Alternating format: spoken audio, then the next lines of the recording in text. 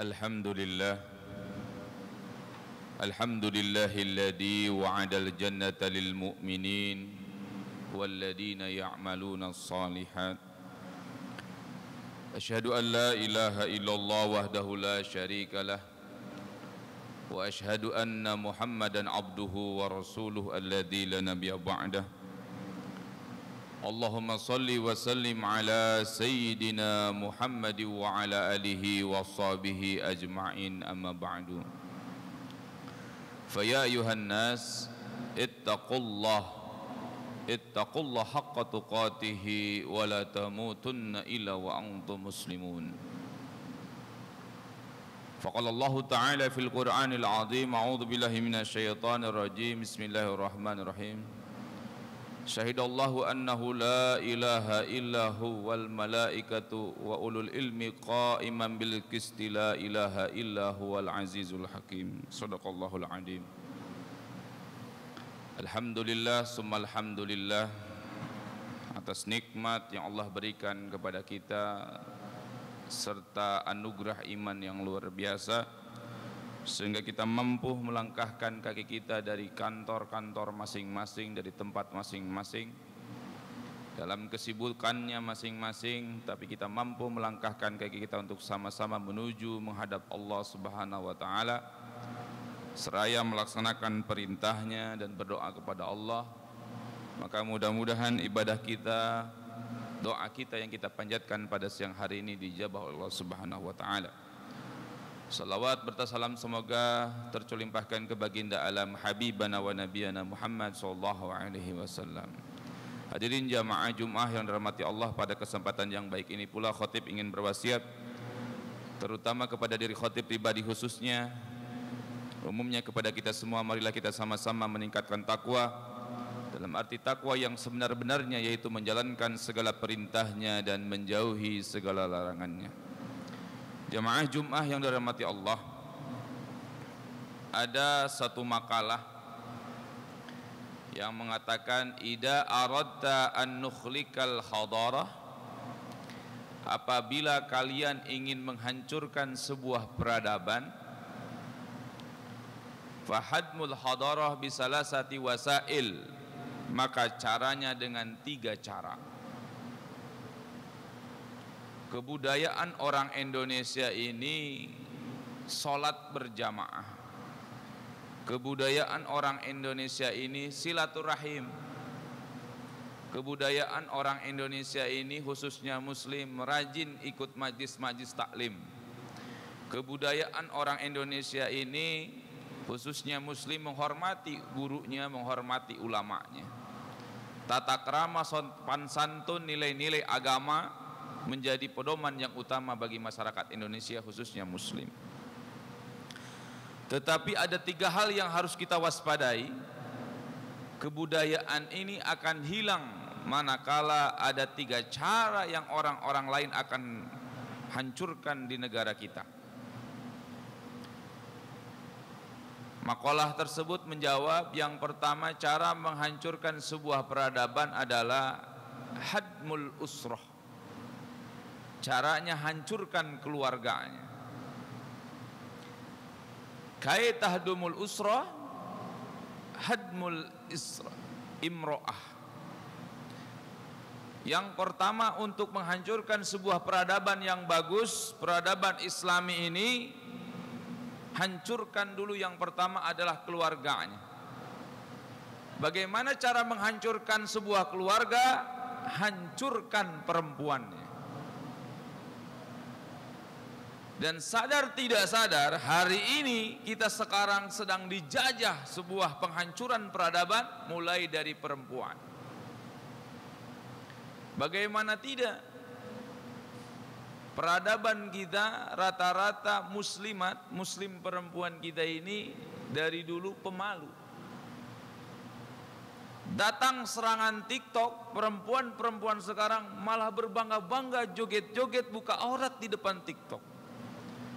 Padahal sekalinya upload itu dosanya abadan abada, selama-lamanya. Kalaupun perempuan tersebut suatu ketika tobat, dia hanya bisa menghapus galeri videonya, galeri fotonya yang ada dalam ponselnya dia saja, yang ada dalam akunnya dia saja. Tapi lalu bagaimana dengan video, foto yang sudah diupload dan di-share oleh orang lain? Tidak bisa terbendung, tidak bisa terhapus. Maka hati-hati kita menggunakan media sosial, TikTok, Instagram, Facebook. Sekali upload dosanya berlipat-lipat sampai hatta ya'tiyakal yakin, sampai kau mati, sampai nanti hari kiamat tetap ada. Untuk menghancurkan sebuah peradaban, dihancurkan keluarganya, untuk menghancurkan keluarganya, titik tolaknya ada pada perempuan. Maka didesain semua perempuan ini lebih bangga untuk mempercantik zohir daripada mempercantik batin. Mereka akan habis-habisan membeli alat kecantikan, tapi lupa bagaimana mempercantik diri. Perempuan-perempuan di lingkungan kita sekarang diserang bagaimana supaya mereka bisa menikah setelah sukses, setelah karirnya bagus, setelah punya rumah. Masalah asmara biarlah terjadi begitu saja. Maka tidak heran banyak sekali perempuan-perempuan yang hamil di luar nikah, karena mereka mengedepankan karir, karena mereka mengedepankan mapan sebelum rumah tangga. Perempuan-perempuan kita digiring juga untuk supaya apa? Supaya mereka tidak hamil langsung kalaupun menikah. Karena kalau punya anak merusak penampilan. Kalaupun dia sudah punya anak, irit anaknya, 1 atau maksimal 2. Kenapa? Karena merusak penampilan. Perempuan-perempuan kita juga digiring, yang menjadi istri-istri kita nanti, yang sudah menjadi ibu-ibu di antara anak-anak kita. Kalau mereka ngerasa emansipasi wanita, perkembangan zaman sebuah keniscayaan, maka pada dasarnya benteng rumah tangga itu adalah istri atau ibu dari anak-anak. Biasanya kehancuran sebuah keluarga manakala ibu-ibunya, istri-istrinya dari suami-suaminya ini sudah tidak ketat. Anak maghrib belum pulang, belum dicari, bahkan dibiarkan begitu saja, nongkrong di ganggang, nongkrong di tempat-tempat keramaian umum, berpacaran sampai tengah malam. Ibunya tidak gusar, ibunya tidak gelisah. Maka manakala seorang ibu tidak gelisah, anak-anaknya pada maghrib belum pulang, tanda awal sebuah kebobrokan sebuah rumah tangga. Karena benteng terakhir dalam sebuah rumah tangga itu ibunya. Maka untuk menghancurkan sebuah peradaban, diincar adalah perempuan-perempuannya. Hadmul hadarah al-ula hadmul al-usrah kay tahdumul usrah tahdumul imro'ah.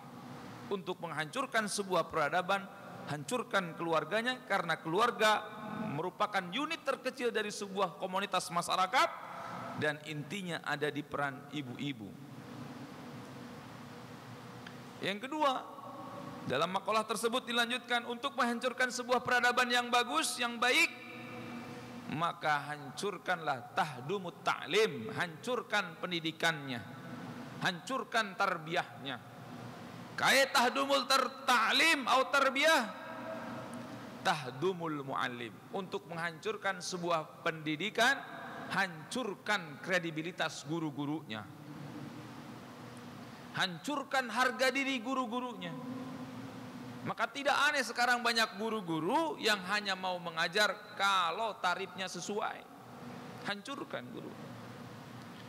Bagaimana kita melihat nasib guru-guru honorer di daerah yang honornya tidak layak? Hancurkan mentalitas guru,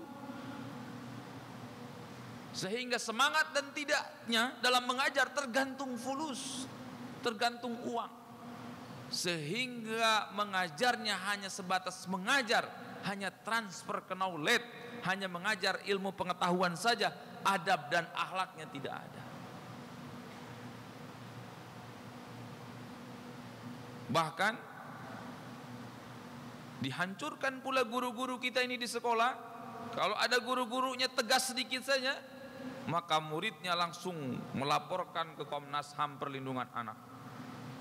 Maka laporkan ke polisi. Zaman dulu kita waktu ngaji dilempar kapur biasa saja, dilempar penghapus.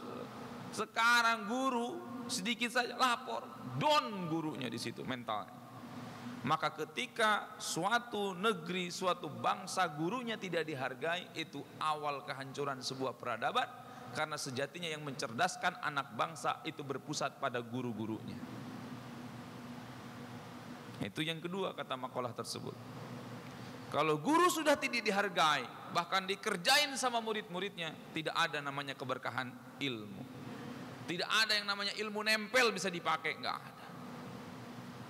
Yang ketiga, kait tahdumul hadarah, bagaimana cara menghancurkan sebuah peradaban yang bagus, peradaban Islam. Tahdumul qudwah, hancurkan tokoh-tokoh panutannya. Kait tahdumul qudwah, kaif? Bagaimana cara menghancurkan untuk tokoh-tokoh ini supaya tidak dihargai, supaya tidak jadi panutan? Syakkaka fihim, adu domba mereka, sibukan mereka. Tokoh yang tadinya terhormat, disegani oleh semua kalangan, tiba-tiba dipinang oleh partai politik, akhirnya masuk politik, kebijakannya juga jadi mencong, akhirnya tidak punya harga diri.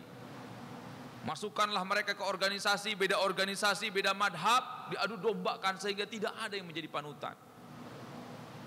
Maka ketika tidak ada tokoh, tidak ada ulama yang dihormati, tidak ada cendekiawan yang dihormati di sebuah negara itu, maka itu adalah titik awal kehancuran sebuah bangsa, sebuah peradaban. Karena manakala konflik terjadi, tidak ada yang bisa menahan karena tokoh yang dihormatinya tidak ada. Diadu domba, seolah-olah tokoh yang sini adalah tokoh golongan yang ini, tidak untuk golongan yang lain.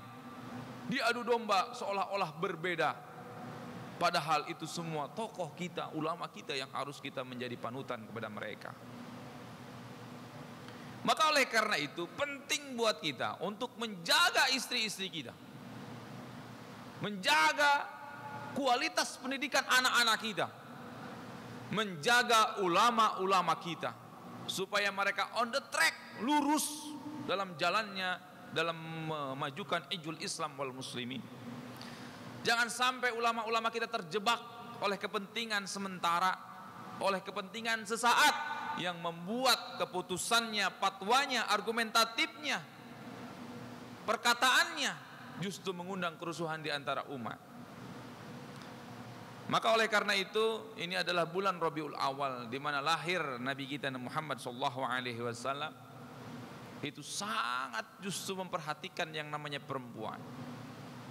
Ketika adalah seorang sahabat bertanya kepada Nabi, wahai Nabi, siapa yang harus aku hormati? Kata Nabi, ibumu, ibumu, ibumu. Bagaimana perempuan sangat dimuliakan dalam Islam, bahkan tingkatannya lebih tinggi tingkatannya daripada laki-laki, yaitu suami. Ibumu, ibumu, ibumu, baru bapak. Kemudian bagaimana perempuan, anak perempuan ini luar biasa. Ada banyak hadis yang saya baca tentang keutamaan kalau kita dianugerahi dua anak perempuan. Kemudian kita mampu mendidiknya, maka jaminannya surga dan kita terhindar daripada api neraka. Saking dahsyatnya, saking susahnya mendidik anak perempuan. Karena kita tahu dalam beberapa sejarah Nabi, semua anak-anak Nabi yang soleh itu lahir daripada istri solehahnya para Nabi. Nabi Nuh, istrinya tidak solehah, anaknya juga tidak soleh. Nabi Lut, istrinya tidak solehah, anaknya pun tidak soleh. Tapi Nabi Ibrahim, istrinya solehah, anaknya soleh. Ada hadis, bukan hadis mahfudot, mengatakan al-ummu madrasatul ula li auladiha. Ibu itu sekolah pertama buat anak-anak. Saya ini pengajar di Al-Azhar. Beberapa sekolah Al-Azhar itu bikin program tahfidz. Rata-rata indikator tercapainya program tahfidz itu manakala ibu-ibunya mengenal paham agama. Oh, ternyata saya pikir iya. Karena semakin ibunya paham agama, bisa baca Quran, dia punya hafalan juz 30, semakin mudah dia membimbing anaknya untuk bisa tahfidz. Tapi manakala istrinya atau ibu daripada anak-anak yang sekolah di program tahfidz ini di TK, di SD Al-Azhar, ibunya tidak bisa baca Quran, maka otomatis anaknya juga susah. Al-ummu madrasatul ula li auladiha. Maka dalam Islam ketika kita pengen punya anak soleh, itu berawal dari cara kita memilih pasangan yang solehah. Islam menjunjung tinggi perempuan. Yang kedua, Nabi Muhammad turun, diutus oleh Allah Subhanahu wa taala ke muka bumi ini untuk supaya manusia ini menghargai jasa guru-gurunya. Yarfa'illahu alladina amanu minkum walladina utul ilma darajah. Orang-orang yang dikasih ilmu, yang mampu mengajarkan, mengamalkan kepada orang lain, utul ilma darajah, Allah angkat derajatnya. Dalam ayat lain dikatakan, kul hal yastawil ladina ya'lamuna wal ladina la ya'lamun. Pasti tidak sama, kata Nabi dalam Al-Quran, orang yang berilmu dan orang yang tidak berilmu. Orang berilmu pasti berbeda. Bahkan Sayyidina Ali pernah mengatakan, ana abdu man 'allamani walau biharpin. Aku ini budak bagi seorang yang telah mengajarkan aku walaupun ngajarin satu huruf, kata Sayyidina Ali. Islam mengangkat derajat, harkat, martabat guru. Makanya dalam Islam adab dulu sebelum ilmu. Karena apa gunanya kita banyak ilmu kalau kita tidak membuat akhlak kita semakin bagus? Maka penting buat kita untuk menghormati guru. Karena kemanfaatan ilmu ada pada doa guru-guru.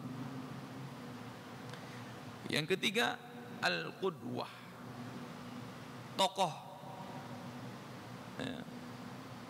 Innama bu'istu liutammima makarimal akhlak. Bahkan Nabi menjadi uswatun hasanah. Ya, Nabi ini diturunkan untuk bagaimana supaya kita berakhlak dan menjadi suri tauladan. Maka suri tauladan itu sangat penting. Ketauladan dalam mendidik keluarga, ketauladan dalam mendidik anak-anak kita belajar baik di sekolah maupun di pesantren, ketauladan. Kenapa pesantren-pesantren ini berhasil dalam mencerdaskan anak-anak bangsa?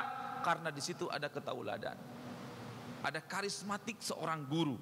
Tapi manakala guru karismanya dirusak, ulama ketauladannya dirusak, maka tidak ada lagi yang namanya kita menghormati guru, tidak ada lagi yang namanya kita nurut petuah-petuah guru-guru kita, ulama-ulama kita, tokoh-tokoh kita. Maka mudah-mudahan kita semua termasuk hamba-hamba Allah yang bisa menjaga anak-anak kita, terutama perempuan, untuk menjadi generasi penerus kita, agar peradaban Islam ini tetap kita jaga di muka bumi Indonesia ini. Yang kedua, kita harus memastikan pendidikan anak-anak kita, mereka mengenal agama yang benar, mereka diajarkan akhlak-akhlak yang baik, seperti halnya Rasulullah SAW mengajarkan akhlak yang baik kepada kita melalui hadis dan Al-Quran. Dan kita juga harus menjaga, menghormati ulama-ulama kita. Ya, ulama-ulama kita jaga agar supaya kita punya panutan untuk menjadi patokan kita dalam hidup dan kehidupan ini. Barakallahu li wa lakum fil Qur'anil azim wa nafa'ni wa iyyakum bima fihi minal ayati wa dzikril hakim wa taqabbala minni wa minkum tilawatahu innahu samiul alim fastaghfiruh innahu huwal ghafurur rahim. Allahumma salli wa sallim ala sayyidina Muhammadin wa ala ali sayyidina Muhammad. Innal hamdalillah nahmaduhu wa nasta'inuhu wa nastaghfiruhu wa na'udzu billahi min shururi anfusina wa min sayyiati a'malina may yahdihillahu fala mudilla lahu wa may yudlil fala hadiya lahu asyhadu an la ilaha illallah wahdahu la syarika lahu wa asyhadu anna Muhammadan abduhu wa rasuluhu alladzi la nabiyya ba'da. Allahumma shalli wa sallim ala sayyidina Muhammad wa ala alihi wa sahbihi ajma'in, amma ba'du. فيا أيها الناس اتقوا الله حق تقاته ولا تموتن إلا وأنتم مسلمون.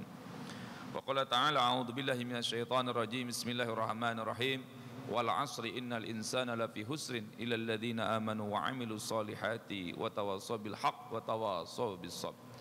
Di khutbah yang kedua ini banyak sekali khatib membaca surat Al-As, karena membaca salah satu ayat daripada Al-Quran itu merupakan daripada rukun khutbah. Tetapi kenapa rata-rata surat Al-As? Karena mengingatkan kepada kita betapa ruginya kita hidup manakala kita tidak bisa memegang iman dan beramal saleh. Maka mintalah kepada Allah agar senantiasa hati ini hidup dalam keimanan. Ya muqallibal qulub, tsabbit qulubana ala dinik. Ya Allah, wahai Dat yang membulak-balikan hati, tetapkanlah hati kami dalam keimanan dan ketakwaan kepada-Mu.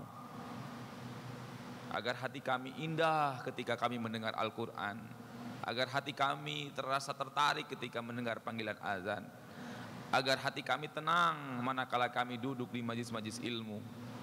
Maka mintalah kepada Allah, dan minta juga kepada Allah agar senantiasa kita mampu beramal soleh, karena iman tanpa amal sia-sia.